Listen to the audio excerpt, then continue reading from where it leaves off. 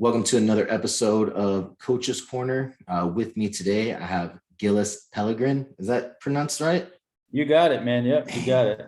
I just dive in sometimes. Sometimes it's horrible enunciation. Sometimes I nail it. So No, you were perfect there, man. nice.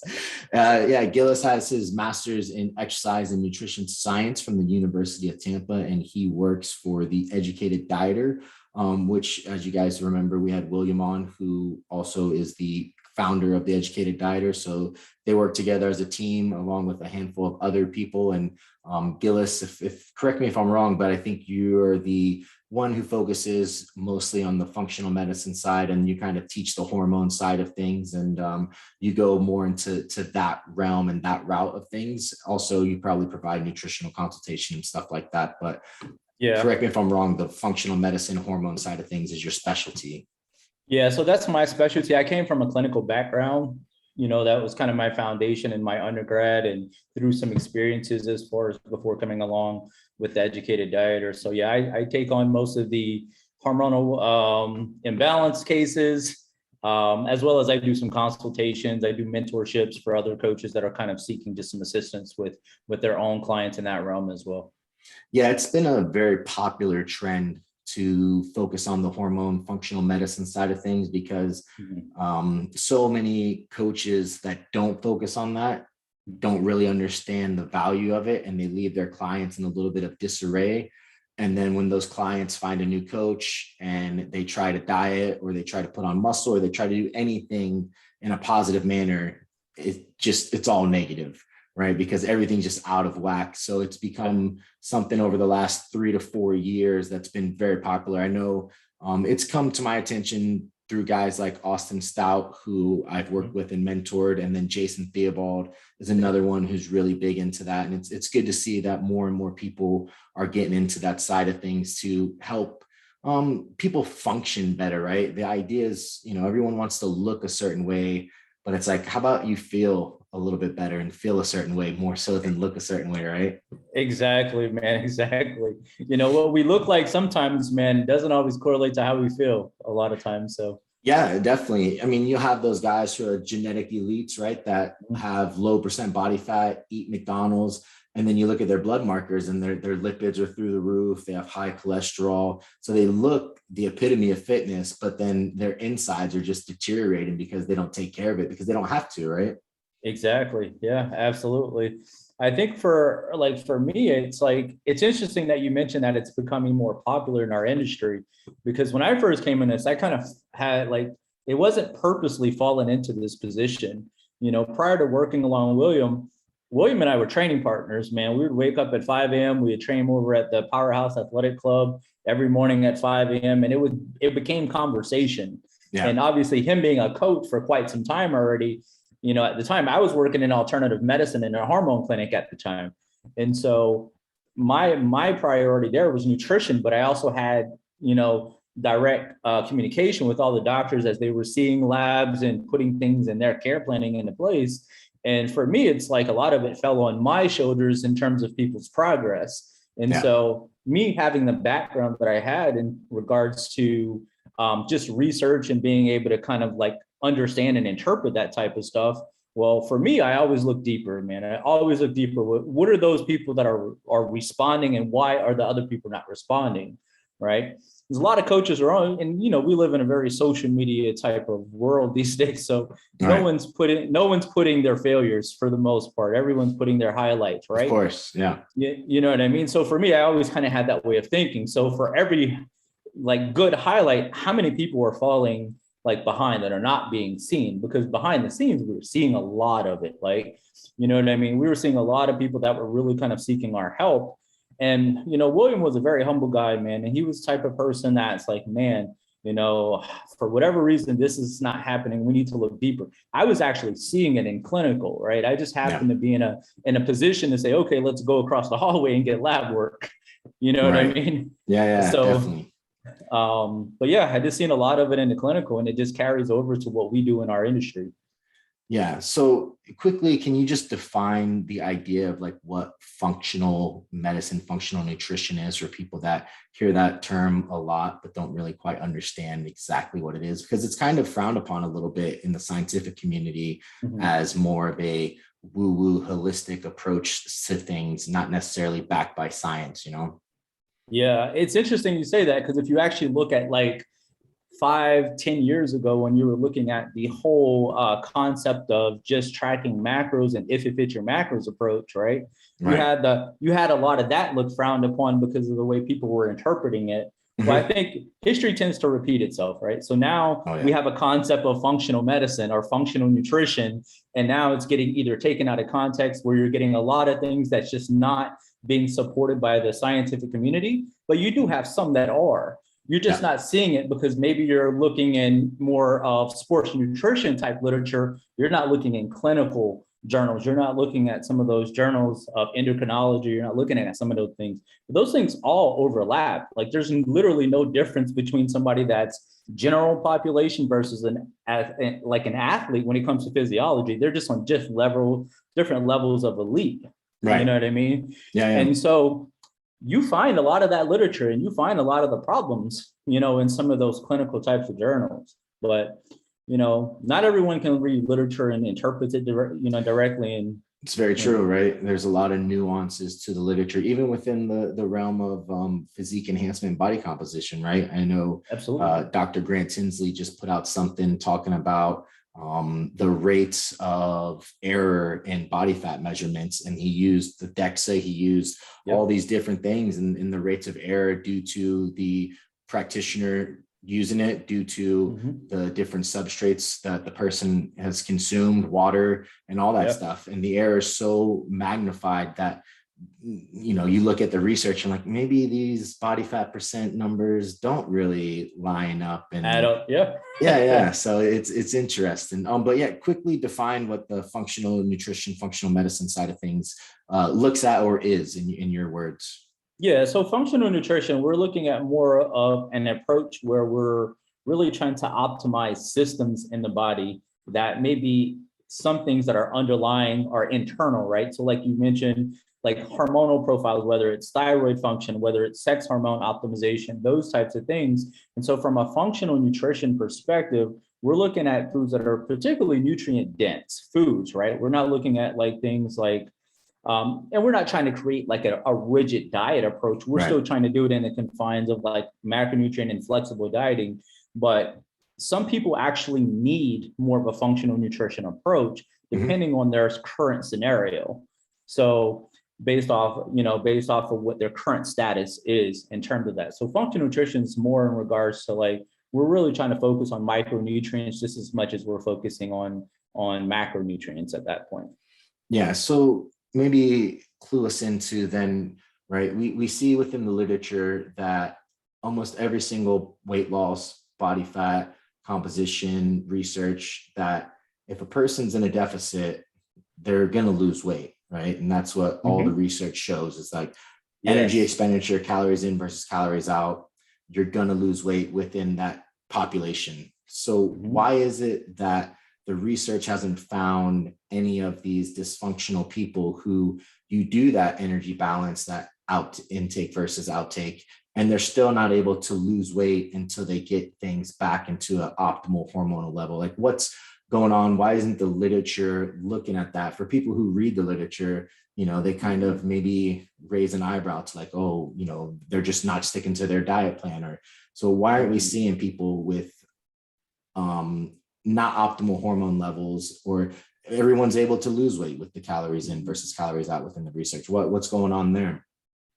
So I think a lot of times when you're looking at the literature, so if you're looking at something like specifically literature that's regard for like fat loss, right?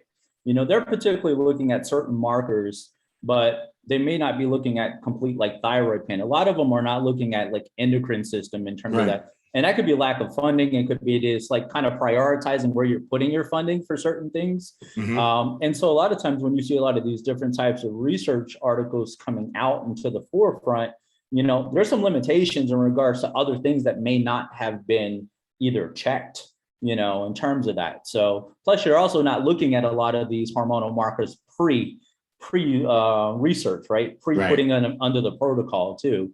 So.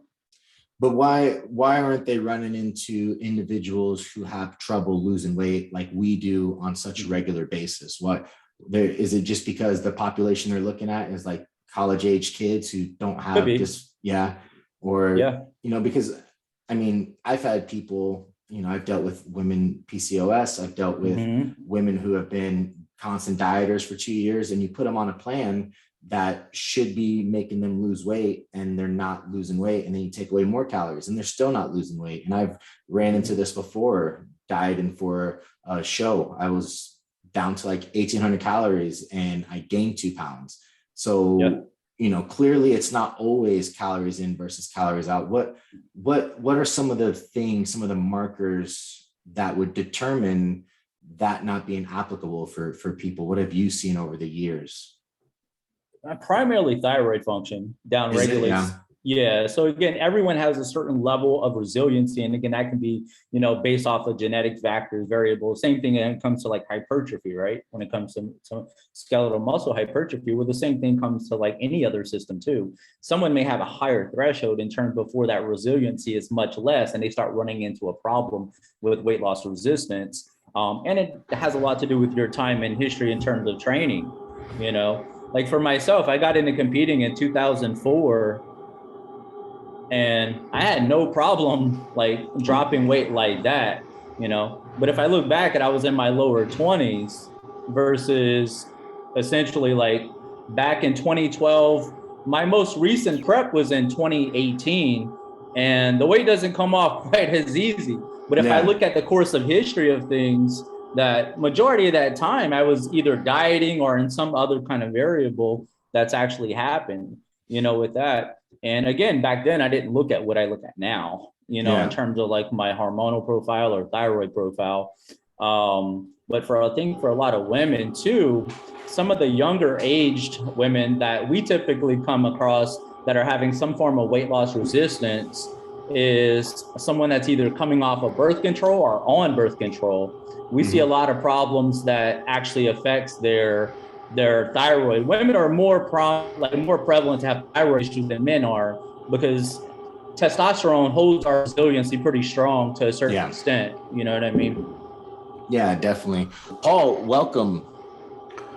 Hey man, sorry about being late. I apologize. Super unprofessional. A semi truck hit a U-Haul and the entire side of the highway was closed off. So, do you have something on in the background? Nope. No? Okay. It sounds like you're going through a tunnel. Yeah. Does it have like a spin cycle on or something? But it might be my. What if I do this? Is that better? No, it's not. Weird. Fair enough, though. Fair enough. Anyone who complains about the background noise, that is Paul's doing, not mine. Wow. Now I feel like a dick because I don't know how to use this thing. Mute your microphone. Let me see if it goes away. Yeah, see, it's him. What a jerk. Shows up late and then he puts on this audio that has like white noise in the background. And if it's not that, it's his dog snoring. It's one or the other. You're still on mute. What about now? Oh, much better. It's better. I spent all this money on this fancy microphone and it screws up. Oh man. So yeah. Paul, welcome. I knew you were running late, so no big deal. We were just started talking about kind of the nuances of weight loss resistance, and Gillis here was talking about thyroid being kind of the main proponent of that. So I'd like to get into thyroid a little bit.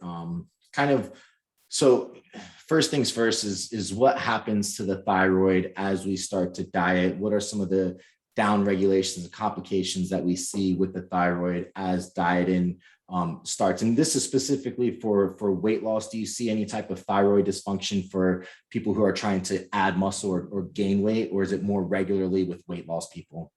More so with weight loss. I mean, you don't really see many issues with thyroid function when you're trying to build muscle, because essentially when you're trying to build muscle, you're not in a calorie deficit. So, Yeah. when we see that, we essentially see just some issues with the way the thyroid hormones are actually converting. Okay. So I don't know if you guys are familiar in terms of like the different types of hormones that are associated with the thyroid, but I'll kind of run through them to kind of help you guys connect the dots. So essentially what you're looking at thyroid stimulating hormone, your TSH, right? Which is kind of standardized on anyone that's getting lab work done. Okay, that's going to come from the brain. So essentially from that, it's just stimulating your actual thyroid gland to start secreting T4. Okay, so T4 is essentially your inactive thyroid hormone that also needs to be converted over to T3. Okay, which T3 is going to be your active thyroid hormone that's going to be most responsible for the way your body composition is, whether you're metabolizing carbohydrates efficiently or efficiently. So under certain scenarios and circumstances, when you've been dieting for a chronically long period of time, that T4 actually starts converting to another hormone known as reverse T3, or it's an unusable form of T3. And that in and of itself will start inhibiting the way T3 is actually binding to the thyroid receptors. Okay. Yeah. If you ever notice somebody that has an abnormal low functioning thyroid, a lot of times they'll also start having some gut issues. You'll start noticing some frequencies in constipation, all of these different types of GI scenarios. Hair loss for a lot of women, you'll start seeing them have hair loss too with that type of stuff. And it hits women a lot harder than it does males. Yeah. Now, what is the mechanism of action that turns T4 to start producing reverse T3 instead of free T3 and T3 in and of itself? Like, why does it do that? What's the protective mechanism there?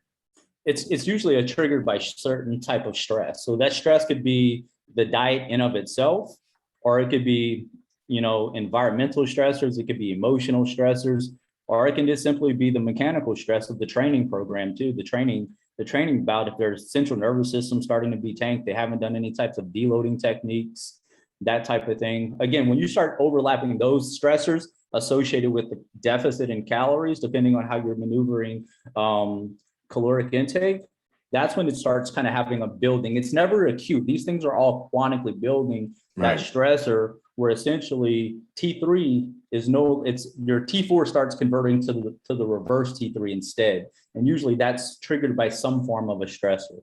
It's cortisol mediated primarily? Cortisol is a big factor with that. And as you're noticing a lot of all of these stresses, cortisol rises, which also causes a problem. And this is actually something that's a catalyst to help increase that T4 to RT3, the reverse T3 as well. Now, is that happening within the connection of the brain to the thyroid, or is that directly happening does cortisol and stress play an integral role directly to the thyroid, or does it connect to the brain and then it messes up the axis that connects the brain to the thyroid to produce that? Yeah, so they're all kind of interconnected. They're on what we call the HPA axis, your hypogonadal pituitary axis, adrenal axis. So those things are all kind of interrelated. So you have when you look at cortisol, you have a negative feedback loop, just like you do with thyroid. Mm-hmm. So essentially what happens is that TSH sends that signal to the brain, or send it from the brain, send it to the thyroid. And then once the thyroid sends enough signaling or sends enough the hormone release, then that signaling essentially goes back to the brain and say, we don't need as much thyroid TSH anymore. Okay. But what happens a lot of times is that if you're having problems with conversion or even liver issues, because majority of your conversion that takes place with the T4 to T3 takes place in the liver. Okay. So if you have some abnormal things going on with liver health, that's also going to be a problem that you have to focus on too. You can't address thyroid and have a jacked up liver. So that makes sense. Yeah. I've heard that with a lot of things, right? Some type of liver dysregulation to do some type of liver detox can be beneficial. But I also do yoga, and they say when you put your head down, it caresses your thyroid and improves your rate of thyroid. And, is that scientifically proven? No, but I feel like I'm burning a lot of fat when I do that, Paul. So I don't know why you're looking at me like that, but that's what they say. They want you to tuck your chin and like have it in, and they always talk about it'll stimulate your thyroid. And I just, in my mind, I'm like, don't laugh out loud. But getting back to thyroid. Yoga does some great stuff, man. It does not stimulate your thyroid. That's for sure. Yeah, for sure. Now I've heard things like free T3 and TPO to test the antibodies and stuff like that. When does that become essential to look at, right? Because I've heard people who have good T4 and maybe not the best T3, but their free T3 is high enough to where you don't have to worry about that type of stuff. But then when do the antibodies come in, the TPO and stuff like that? What exactly is that telling us? If it's a female, man, and I already know they have a long dieting history and they're already experiencing some weight loss resistance, I just go ahead and add it on to the panel. Like, just let's go ahead and get it now. If it's a male, I don't really worry about it too much because we don't see it a whole lot with males so much. I just have them get regular thyroid panels to see if we're good there. But for a female, I usually always add it on if they've already had like a long history of dieting, you know, that kind of thing. And they've started noticing a lot of weird issues there too. So and what exactly is that looking at, the TPO and stuff? Yeah, your TPO stands for thyroid peroxidase antibodies. And so essentially what that is that these are antibodies that over certain conditions that end up attacking your thyroid gland. So it mistakes your thyroid for something foreign. And that's what autoimmune disorder or autoimmune disease is essentially, you know, just happens something to be like Hashimoto's would be like within that category. Exactly, Paul. So again, TPO is actually the main antibody that you check for Hashimoto's, whereas, you know, the other one, we don't see that a lot in our industry, is TGAB or thyroid globulin antibody, and that's more associated with Graves' disease. So that's somebody that can't gain weight and losing unexplained weight loss, that kind of thing, which I don't know about you guys, but for me, I don't get a lot of those types of cases. No, not at all. They're usually pretty good. Yeah. When it comes to something like a thyroid issue to the extremes of a Hashimoto's, how do you go about problem solving something like that for an athlete or a client? What's some of the first things that you do to start getting that person on the right step? Or is it only medicine, like medication that a doctor prescribes, that can fix that type of stuff? Not necessarily, man. I think people get to the point of needing medicine because they can't control the management of other variables that play a role into getting it under control. So when you look at like Hashimoto's, and if you kind of look at autoimmune in the first place, you kind of have to back up a little bit, right? So when you look at the body's resiliency, and Paul, you mentioned like talking about like mediated from cortisol. You have to look at it at this point when there's so much stress that has been ignored, the immune system gets involved. So that's when you start noticing some problems with just ignoring it, and the cortisol, it becomes high. If you look at a 4-point saliva test, which usually is a better indicator than serum blood work as far as cortisol is concerned, if you look at that and you see high, okay, for some people, they actually have low cortisol. And what that tells me is that it doesn't mean it's better. That means they've probably been under a longer period of stress for such a long time that at that point, you know, you kind of hear the term adrenal fatigue. The more correct and medical term is adrenal insufficiency, which basically tells us is that the adrenals are no longer pumping out cortisol on a healthy level, and that comes from, again, the pituitary, you know, adrenal pituitary area too. Go ahead, Paul. Well, I was just going to say, I think the conversation around cortisol is an interesting one to have because it gets villainized all the time. Like, right. Like, oh, your cortisol's high, you're stressed. Like, you need cortisol. Cortisol is one of the main reasons you wake up in the morning. It's one of the main, you know, reasons you can mobilize fuels when you're exercising. It is a very important hormone within our entire life process. But the concept that if you have high cortisol all the time, you end up crashing your cortisol. Yes. And that causing issues in and of itself. I've only recently started diving more into the hormone, like the hormone dysfunction, HPA axis, adrenal axis, that sort of thing. And it just becomes very interesting to me that we're not talking more about cortisol. Yeah, and I think it's a kind of an unknown thing, and and guys, it's a rabbit hole, man, that's hard to come out of, you know. And I think for a lot, like Tony, we were talking about this earlier on, but you know, for some coaches, they kind of turn a blind eye to it rather than really trying to understand it a little bit deeper. For me, I've just always been the type of individual that I want to understand it. I'd rather have the tools and have a little bit better understanding and not need it than to have a client there that I really just can't help because I have no idea what the hell is going on. you know? Yeah. So if cortisol is a big proponent of the downregulation of thyroid and could be a proponent of Hashimoto's and things like that, what are some of the first steps to take to start to overturn that from a nutritional or functional medicine side of things? So in that case, I usually start addressing adrenal function first. Okay. So in that case, that's when I do look at a 4-point saliva test. I look at cortisol, I see what the curvature is. And then the easiest way I start before trying to throw a bunch of supplements or anything out at them, I look at their evening cycle, like what time are they going to bed and what time are they waking up? And I try to normalize that. Okay. Because if I can't normalize that and they're staying up till 2 a.m. because they don't want to go to sleep, okay, versus they can't sleep is a big difference. Right. You know, I have to normalize that. I have to control those variables as much as possible to try to get the cortisol falls on the circadian rhythm. So I'm trying to control a circadian rhythm essentially is your biological clock in terms of sleep cycle. Since cortisol plays that role on there on that 24-hour clock. So what I'm trying to do is I'm controlling that first. First, I want to kind of normalize that. From there, I don't necessarily jump to like adaptogenic herbs like ashwagandha or rhodiola, which is a big one. I think a lot of times you guys probably hear this in the industry. Anytime somebody has stress, throw ashwagandha into the mix. Throw these that's not always the case, man. In fact, there is some literature that supports that if you have an autoimmune disorder, because most autoimmune disorders are not low immune systems, they're overactive. So they're attacking things. And if you're giving an adaptogenic herb, you might be exacerbating the problem. Okay. So in that case, if they have low cortisol, I don't usually do anything with like the adaptogenic herbs first. In that case, there are certain like minerals in terms, again, this kind of goes back into the functional medicine or functional nutrition aspect of things like copper, things like zinc, vitamin C. These are all critical minerals that actually people have a problem with that have adrenal problems. Okay. Yeah. There's, like I said, it could be a rabbit hole in terms of testing. Like for myself, I've done the 4-point saliva test. There's a hair mineral test that you can do that'll tell you 3 to 6 months back whether you've been deficient at any point in some of these minerals or you have imbalances too.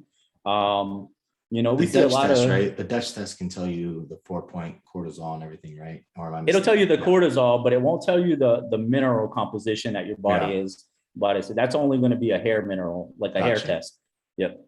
At what point would you start looking at things like reducing caffeine consumption, implementing meditation practices, or some form of journaling, stress management, and like modulating exercise, things like that? Because one of the biggest things that I've seen with, a good friend of mine, Meredith, who we've had on the podcast, whenever she's working with somebody and dealing with these issues, the first thing we look at with cortisol, she's like, get them off caffeine, get them meditating or doing some sort of, relaxation strategy. And then we look at reducing exercise intensity, volume, and or frequency. And then sometimes that has to come out completely. Yeah. So I do all of that when I first start with them. So essentially, if they've been training for 5 days, I'm usually dropping it down to like maybe 3. Sometimes I've had to pull training for 6 months completely to really kind of get them to start having like benefiting. Everybody's going to be different. I had a gal that I was working with and she came from a long history of dieting. She hadn't trained with me for 6 months prior. We started a training protocol. I just put her on 3 days a week. She lost her cycle. So I had to scale back training to the point where we actually had to back off of training entirely. She ended up getting her cycle. And now here we are fast forwarding. I've put in a lot of the protocols to trying to get her management up to sleep, breathing techniques, Paul, like you've mentioned. Getting them off of caffeine is a big one, and making sure that they're not eating late. I try to have them break the fast in the morning by having a decent breakfast and eliminating the caffeine, I think, is a big one. Are there any like nutritional interventions that you have found to be successful in treating or helping reduce autoimmune? Because you do hear that a lot, like high carbohydrate diets can cause more autoimmune type issues due to gluten and things like that can really spike that. Have you found nutritional interventions that seem to be practical for individuals, or is it very much individual basis? It's always individually basis, but I usually try to remove gluten. And I do see some pretty good benefits that come back from that. Yeah. Some people are removing dairy, but I think dairy is kind of hit or miss. I don't think it's a direct correlation. I think the problem with dairy is that lactose essentially can blunt the absorption if they're on thyroid medication. Like if they're on Synthroid or something like that, and they're taking dairy or having dairy around the time they're taking their medication, it could stop the absorption of their medication. But that's more of a medication problem with like pharmaceutical, just kinetics in terms of like their absorption there. But gluten seems to be something that's more of a pro-inflammatory thing that we actually see with that too. And usually I'll promote them to have like something that's going to be more anti-inflammatory in terms of like where they're getting their fat sources from, that type of thing too. So we're sitting here, we have all this information available to us. We have a person in front of us who really wants to lose weight and can't. And they're working their asses off, training multiple times a week, getting in their steps, following the nutrition protocols that are given to them. And you say, hey, no more training. How do you have that conversation? Yeah, especially if it's 6 months, man. Yeah, like, how do you have that conversation? Hey, you know that goal that you have to lose weight? Yeah, you can't do that. In fact, you can't do anything. So rather than just cold turkey, like, look, you can't do anything unless they're already training only twice a week, then it's not training is not that big of a deal if they're only training twice a week in the first place. Right. But in most cases, if they're training 6 days a week and they're doing a ton of just energy output, I taper.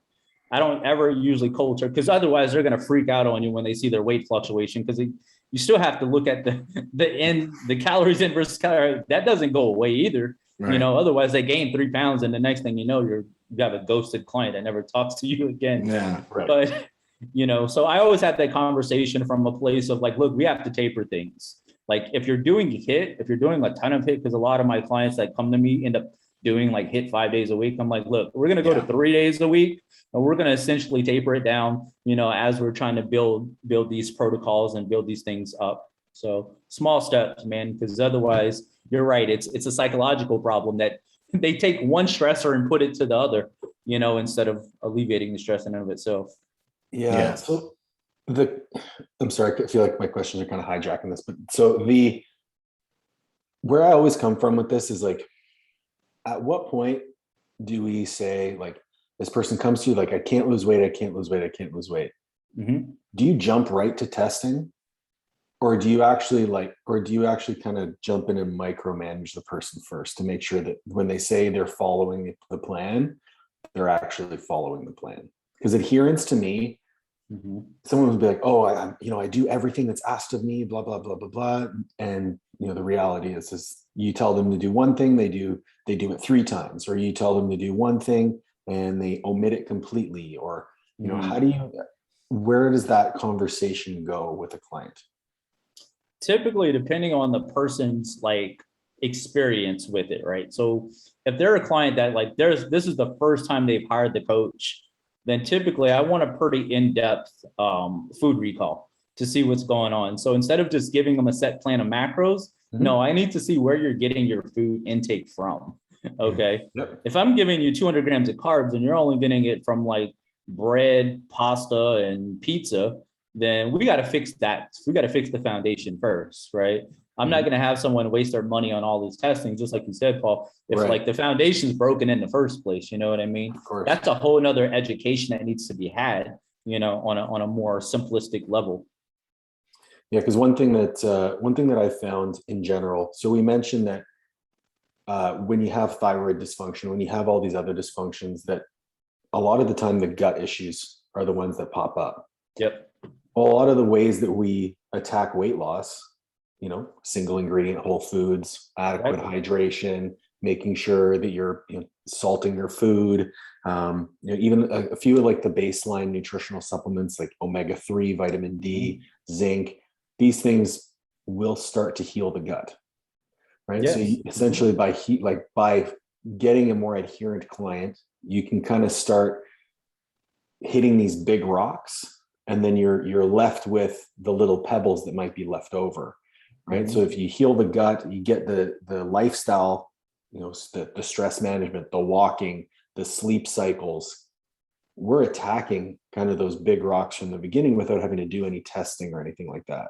So is that kind of the approach that you take? You're like, let's get these big rocks out of the way. Or if you're still resistant to the weight loss, well, then let's dive a little bit deeper. Same way you said you taper back training slowly. Do you kind of taper in the intervention slowly as well?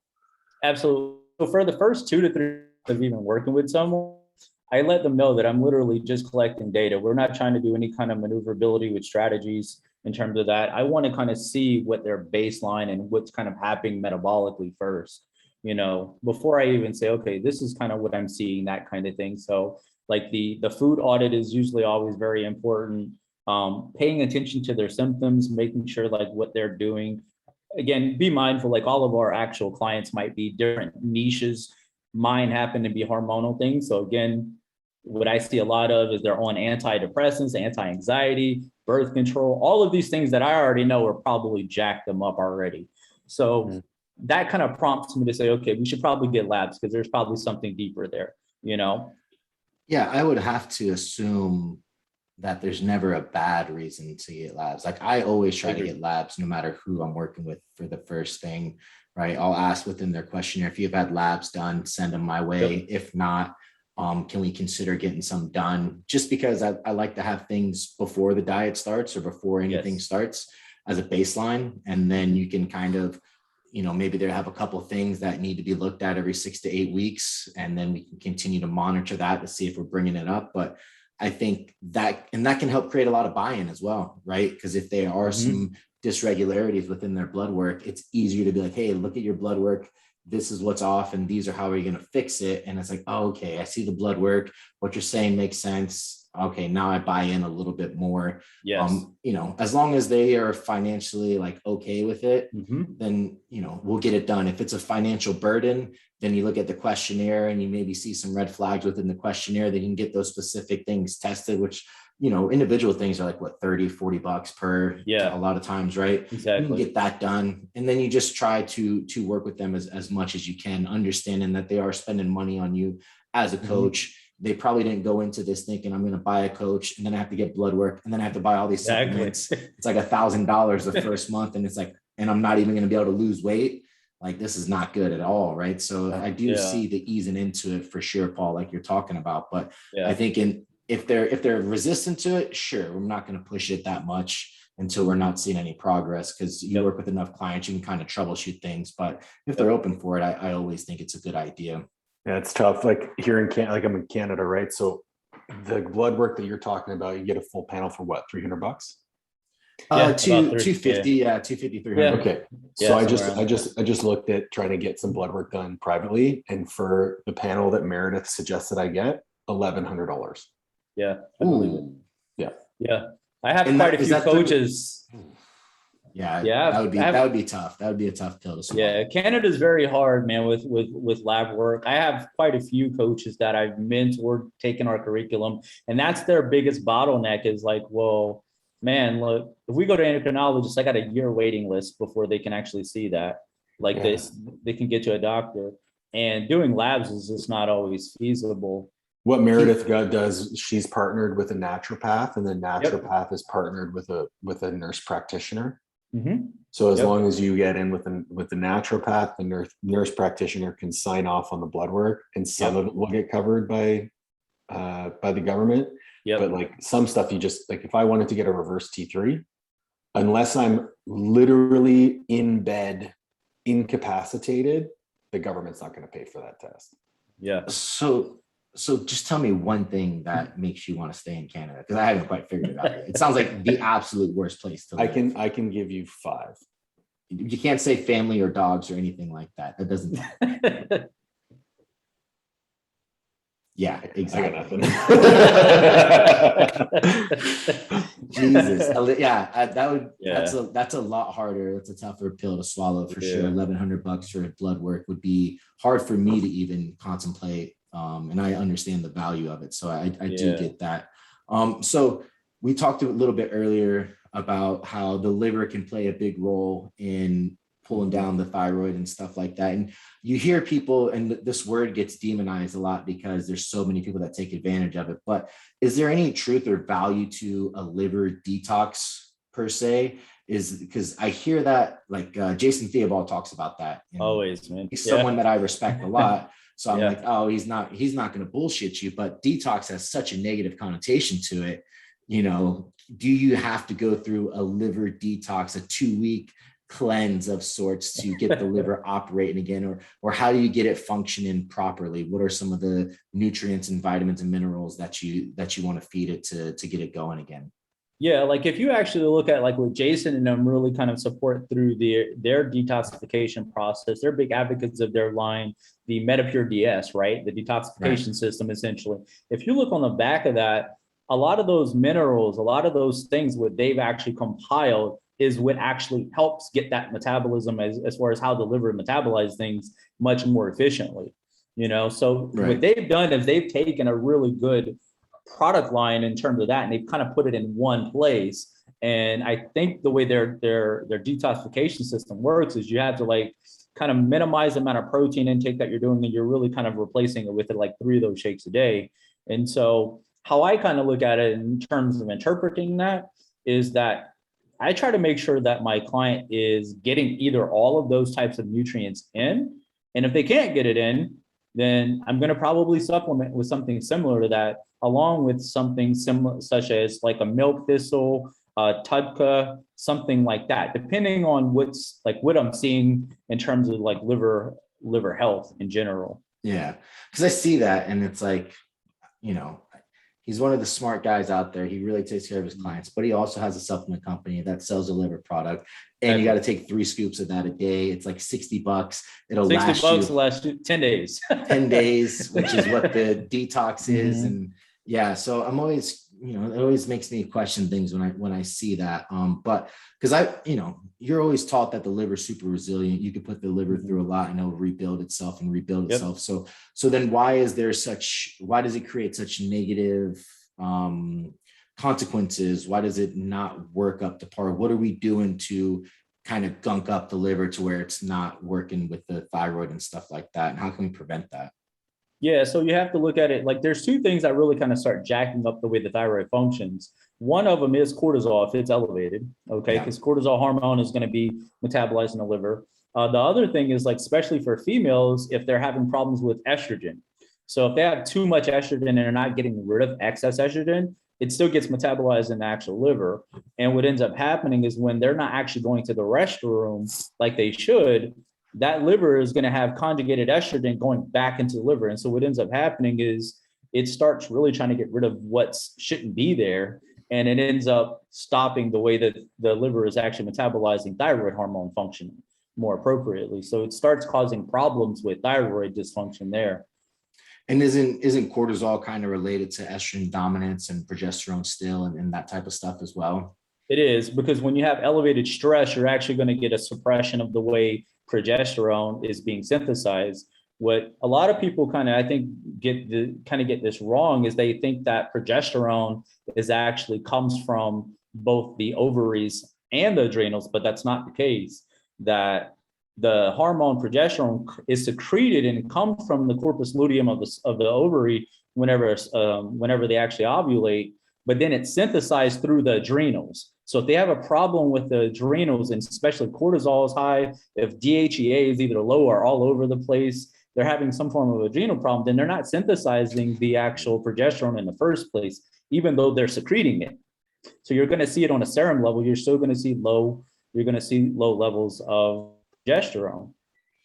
Yeah, interesting. So it comes back to kind of the idea of stress reduction, lifestyle changes, and anti-inflammatory type stuff to get that liver going back to where it needs to go. And then by fixing the liver, you start to see improvements in the gut and the thyroid, or is there other steps that you have to take once you get the liver on track? Because I'm assuming if you do the steps you have to do to get the liver on track and you make those lifestyle adjustments to reduce cortisol, everything else is going to be like, oh, okay, now we're here to party. Let's get this going, right?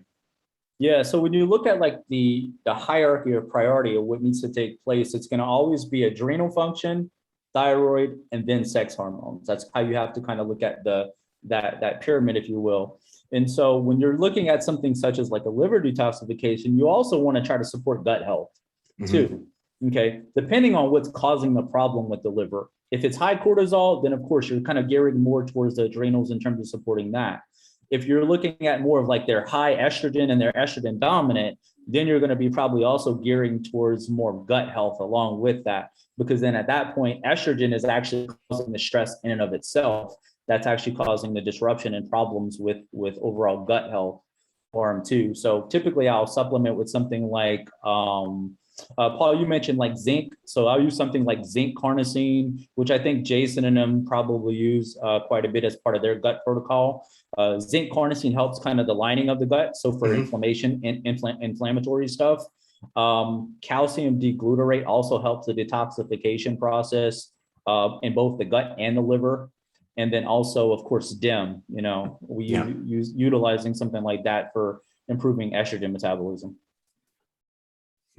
Yeah, interesting. So in terms of gut health, right? Because that gets thrown out a lot, and there's so many symptoms, and everyone's like probiotics, and I know that when you look at the research, there's very specific strands that do certain things, and you have to make sure that you have that specific strand, and it doesn't even change things once you get rid of it. And so I know that's not necessarily the route to go. So you're saying when you have things like a leaky gut and IBS and things along that nature, that the steps needed to take to reduce those are going to be in the form of reducing stress, supplementing with those things, and then what else are you looking to do to help fix some of that stuff? So if I'm looking at something like that in terms of, are you talking about liver or gut or the gut? Yeah. Gut. Yeah. So essentially what I'm looking at is I am looking at thyroid stuff to see first if that is the culprit, depending on what their symptoms are. So like, for example, if they're noticing like they're getting really bad acid reflux, like gut's kind of one of those things that, man, everyone, like you said, the probiotics seem to be, everyone kind of reaches for the probiotics. But in my opinion, like you said, there's not a lot of literature that supports it. And if it is, it's only specific strains. And I think it just makes things worse than it makes the situation worse. Sure. And you have to look at it from a standpoint as like, okay, well, let's kind of look and see in terms of like just trying to tighten up their diet in terms of making sure they're getting good fruits and vegetables, making sure they're getting good amounts of fiber, making sure that fiber is not coming from a Quest bar, or nothing against Quest, but or anything like that. But making that sure sponsorship. Yeah, sorry guys. But nothing that's going to be like, I want most of their fiber to come from like fruits, vegetables, nuts, seeds, that kind of thing. It's kind of what I'm really hoping for, rather than them getting a high fiber tortilla that has 20 grams of fiber, and that's how they're hitting their fiber, right? Which is, I see that a lot with these gut health cases. You know what I mean? Too much fiber, right? Because they're focused on high fiber. You look at their carbohydrates, it's like oatmeal, fiber plus this, fiber plus that. And you're like, damn, you already had like 80 grams of fiber. You've had 3 minutes. Yeah. I mean, I know William had one, man. We've had someone that had over 100, I think 100 or 120 grams of fiber. And I was like, man, what is this person eating? I'd be so distended. Oh my God. Well, she looked like she was like 6 months pregnant, like in pictures. Hey, I did a 10K, buddy. I am super fit. I definitely did not do a 10K. It's called palumboism. It's not a distended gut. Okay. Wow. Get it right. 20 using growth hormone later. Yeah, per day. Yeah, for sure. So, all right, so we have the thyroid, we have the liver, we have the gut, and we're working on these things. During that process, what else are you thinking about doing to start to get this person seeing some light at the end of the tunnel? Like what are some things that you're able to start incorporating little by little that's given this person more buy-in, more ready to go, a little bit more motivation to stick to everything? Because I can only imagine someone trying to get healthy. They've been frustrated for a very long time. And now they're in this process of doing these little things that they don't really see a change in performance, physique, or on the scale, you might actually see an upregulation of some of those things because you have to increase the calories and do all this other stuff. So once you start getting the stuff in place, one, how long, and I know it's going to vary, but how long does that usually take, right? And then what can you start to slowly introduce? I think of it as like a elimination diet, right? You're eliminating stress, and then you're going to slowly start to bring it back in. And how are you doing this with your clients? So how long does it take, and what are some of the small steps to start getting them moving in the right direction again? I think, honestly, you mentioned the buy-in, Tony, and I think the biggest thing, man, is really being transparent with them up front and being realistic and practical and letting them know, like, I don't take anybody on that's at least 6 months. And if they're not willing to commit to that, I would rather it stop there than for us to be 3 months in and they're absolutely miserable because the expectations were different between me and them. And so I always try to start with just the transparency, and I actually try to paint the picture of what could be the potential of what we're going to see in the coming months over the first month, all the way through 6 months, and the possibility of even longer than that. Because I have to give them that kind of expectation that, look, this stuff takes time. And like you said, a lot of people are looking for like the weight loss, the physique transformations, and that doesn't come in these types of strategies in that phase of their actual journey with us, and then also I think that one biggest thing is also, before you get to all of that, is having a really good questionnaire that screens the client. That way, that also prepares not only you as the coach, knowing what they are going through, but also things that they might not even think of, okay, as a problem. For sure. I mean, I've had clients 5-6 years ago didn't even realize that, like, I was diagnosed with PCOS in 2008. And I'm like, that would have probably been good to know. That would have been helpful. Yeah. So like it's just things like that, but they don't even think to tell you that. So it's good to have a really good questionnaire that's screening them. I actually have like a functional medicine, functional nutrition questionnaire that I actually have that is geared specifically a section for gut health. And it kind of helps me to say, okay, am I capable as a coach to be able to handle this person if it's that severe, or should I refer them somewhere else? Okay. I want to pause there. Sorry to interrupt. So this coming from someone with a ton of experience, a ton of background knowledge, you want to know if you can help someone or if you need to refer them out. Absolutely. I would like to emphasize that more people need to do that. Yes. Because like, that's one thing Tony and I talk about on a number of occasions is it's okay to have a wheelhouse, and it's okay to refer people out of it, out of your services to somebody else if you can help them, if you can't help them in the way that they need help. Yes. Right. I love that you said that. Sorry. Go ahead.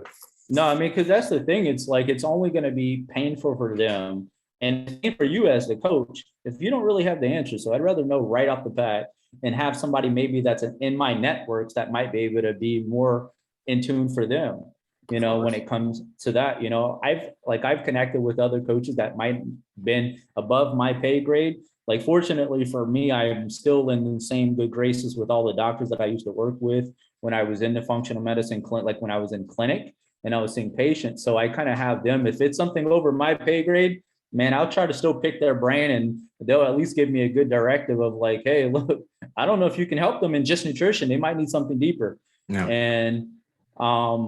And so I try to utilize my networks as much as possible but I always try to make sure that I'm very transparent with my clients before I even take them on as a client to know, like, hey, can we help them, and know that expectation. I think that's big, man. And I think one thing that I think, and this is important to say, is that with our industry leaning so much towards the functional medicine space and all of these different types of testing, you can't forget the symptoms. Like, it's still, at the end of the day, you can test whatever you want, but if you don't know how to interpret it and put it into practical use, it's no good. You're wasting their money.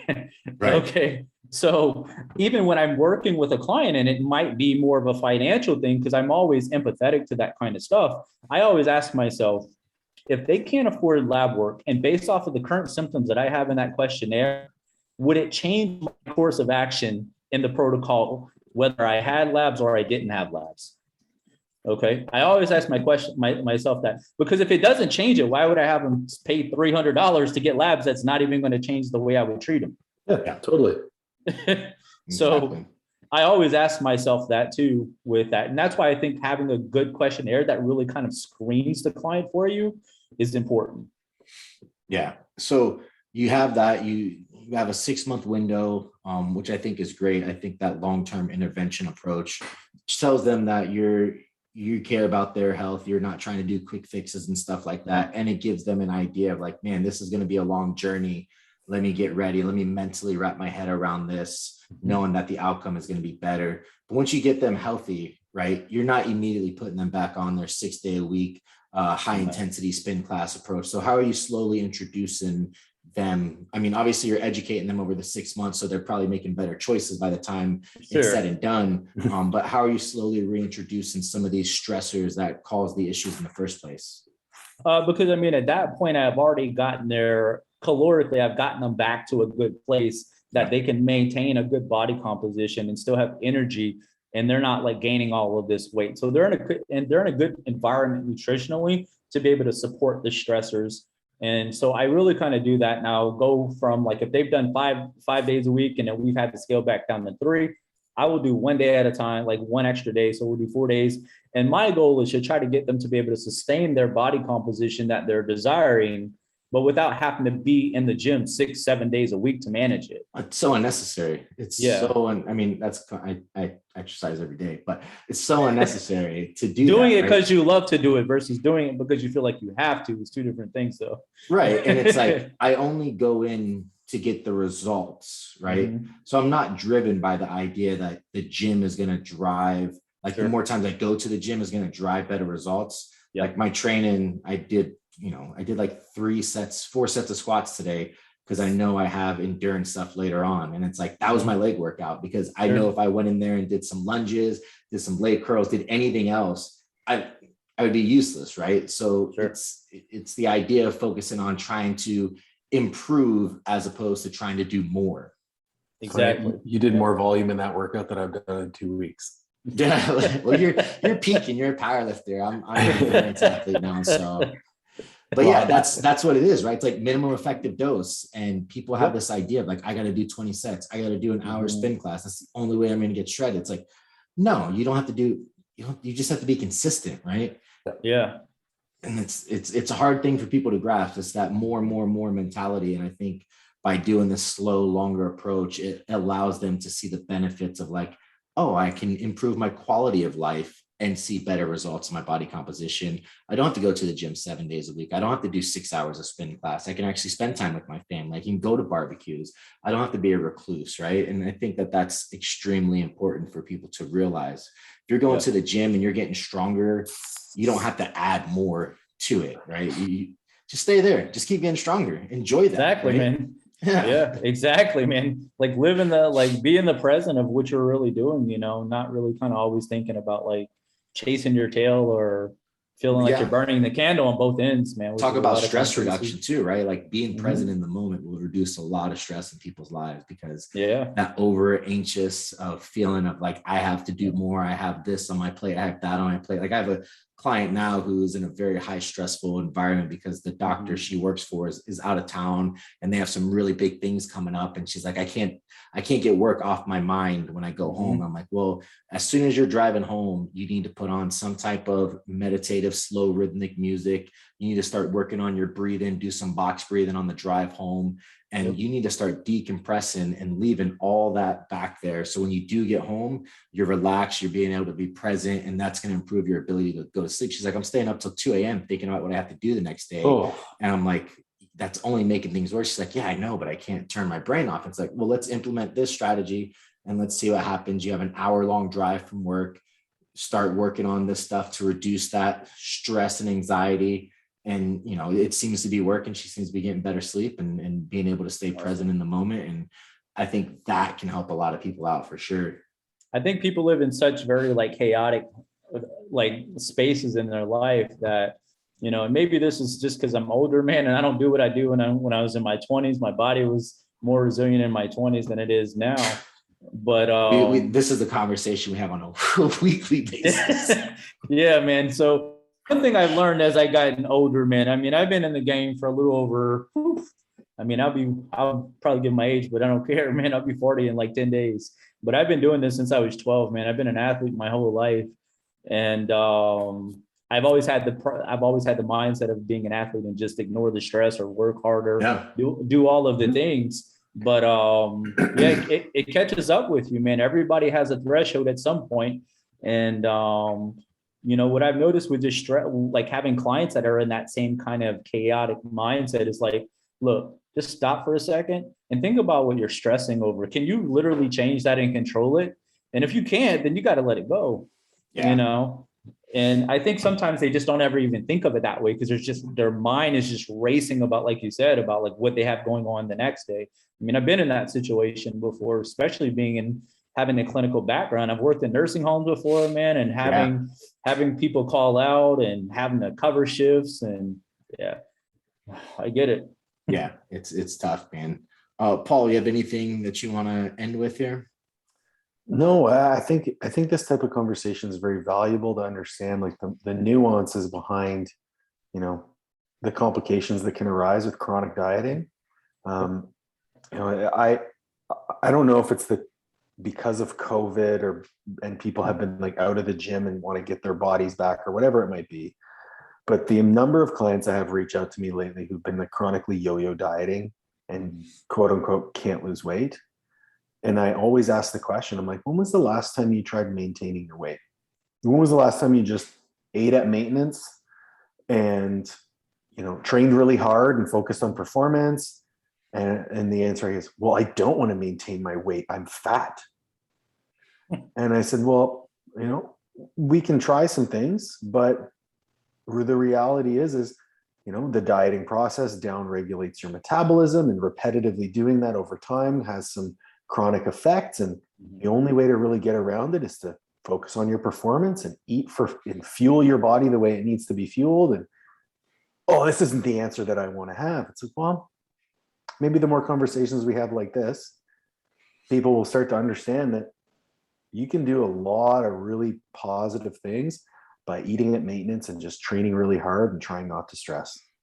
Yeah. And I think, and like, just to throw like a personal experience out there, like I haven't dieted in the last year and a half. I'm the leanest and strongest I've ever been in my whole life. Yeah. When you say you haven't dieted, what does that mean? I haven't been in a caloric deficit. Gotcha. Okay. Right. Yeah. Like I haven't concentrated on trying to lose any weight. But you're not eating McDonald's breakfast drive-through every morning. Yeah. No, I probably eat stricter than anyone on this podcast, but that's because I enjoy it. That seems, I don't appreciate that. Why would you say something so stupid? Tony, must I bring up Emma's Instagram post of you guys? When's the last time you've seen that? Honestly, actually, I'll give it to you. No, it hasn't happened in a really long time. Yeah, because I put my foot down. I do that stuff behind closed doors. Exactly. That's what I was gonna say. I put my foot down. No more pictures. But yeah, Lauren Conlon, who we've had on the podcast and who we've had, she just posted that she hasn't dieted in 3 years, and she just focused on eating, training, and you know, I always refer people to like MMA or like ESPN has a body month, like they have a body thing that they do once a year where it shows like the athletes' bodies, and it's like, look, these are high performing athletes that only care about fueling their performance, and not all of them are shredded, not all of them are lean, but they feel great, they're performing at the highest level. And I tell people, like, if you're performing well and you feel good, 99% of the time your body's going to start morphing into what you want it to look like. There's no way you're going to feel good and perform well and have a bunch of fat on you, right? That's just not the way the body works. And if it does, then maybe you're just someone that operates with a little bit higher level of body fat, but that's where you feel good at, that's where you feel strong at, and that's okay, right? Yeah. That was a tough thing for me to get over, though. Like, I was a fat kid my whole life. Right. So to get to a point where I'm like, yeah, maybe I can just eat for performance and kind of set aside this goal of being super shredded. It's just really funny to think that once I did that is when I actually got shredded. Yeah. Yeah. My problem now is that I'm too heavy for the weight class I want to compete in. So but I don't have body fat to lose. Yeah. Well, yeah. That puts you in a difficult position when you're a performance athlete. Pretty diced. Pretty diced. Oh, yeah, I could definitely, man, I could tell you that like for me, man, like coming up and like just in bodybuilding is that like I got into bodybuilding when I was active duty, man. And honestly, back in 2004, I couldn't tell you what a macro was, man. I didn't have any education at the time. Like, but I can tell you, I didn't weigh food. I've competed 3 times not weighing food and literally just going off of my visual eyeballing things and knowing that I needed to prioritize protein, and probably gotten one of the best physiques in my life. And so that has a lot to do with like what happens now in our society, because a lot of people track macros. And I think it's nothing wrong with tracking macros, but I think a lot of people end up losing sight of what they're actually eating in front of them. Like they just see numbers. They don't actually see the nutritional value. They don't see, like, they're not cognizant of what they're actually putting in their mouth. And I think that's where, you know, hence the educated dieter. And that's the stuff that I always hit home with my clients is like, look, we're doing macronutrients. We're making sure that we're eating foods that are nutritionally dense, but don't lose sight of what you're eating, because I'm trying to really instill a lifestyle in you, because I don't want you to ever be a forever have to track your macros. Nobody wants to be 50, 60 years old and say, oh, let me look at my tracking app. So my food scale out. And exactly. Yeah. You know, so I think there's a lot to be said with that, man. And I think that a lot of people nowadays that might have gotten into the fitness industry, either like they're new to it or later in life, they're only looking at it from one thing, man. And so I always try to tell people to try to still be cognizant of what you're putting in your mouth, rather than just the number you're putting on an app. No, I agree. Gillis, did we miss anything that you want to cover before we head off here? No, man, I think you guys covered it. I think you guys picked my brain, unless you guys have anything else you want to add. That's good.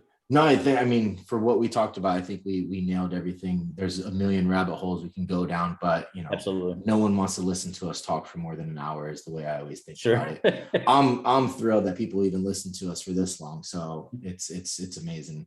But no, appreciate your time, man. Thank you so much. If people want to reach out and get a hold of you or follow the classes or the mentorship or everything that you have going on, give people ways to contact you and follow you and all that stuff. Yeah, I mean, they can actually find me on social media through Instagram. It's just my first name, Gillis, Gillis, and then the number 331. And that's really it, man. I mean, typically we do it's called ACS, or Advanced Coaching Systems Curriculum, which is a 6-week course that we actually do, teaching anywhere from just we do an entry-level biochemistry as our first, and then we kind of start getting into the complexities that are broken down for like thyroid, sex hormones, and then we usually wrap it up with a labs course that we actually do to try to how to put everything together. And then from there, man, I just do I do mentorships for coaches that might need the help, man, because you're not going to learn all of that stuff in 6 weeks and be able to practically use it, you know, right away. So I think it's important to make sure that's also known too, that this is stuff that I've been doing this stuff a long time, man, and always willing to help people. 331. What is that military thing? Were you a grunt? So no, man, I'm a hunter, man. So it's just 338 was used. So I just kind of made the number up, man. So I'm an avid hunter, man. So bow hunter or rifle? Rifle. Yeah. Rifle.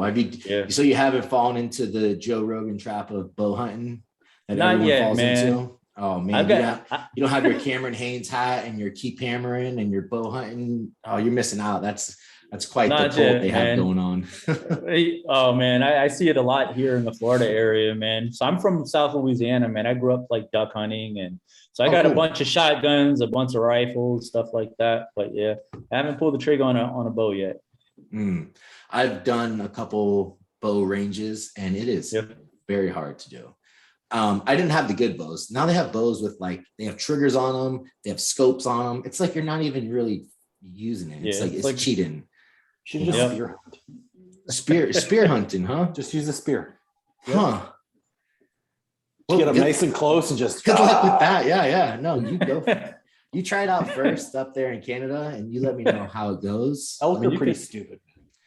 I mean, you can watch some of Branch Warren's old videos, man. He used to do the hog hunts with the knife. Oh, I've seen that. So I've gone on a few hog hunts where they let the dogs out and they chase them down. That's very redneck in Florida. We used to do that a lot. I know in Texas it's very big due to the overpopulation of the hogs, where they have people like snipers come out in helicopters and I want to do that. The hogs. Yeah. Oh, just like sit up in the helicopters. You could pay to go on a guided hunt, man, and a helicopter hunt. They actually have them. Yeah, in Texas, right? Yeah. They'll take you on the ranch. Yeah, that'd be awesome. All right, man. Appreciate your time, Gillis. Thank you so much. It was absolutely, guys. Yeah, man. Thanks for having me, man. Appreciate you guys.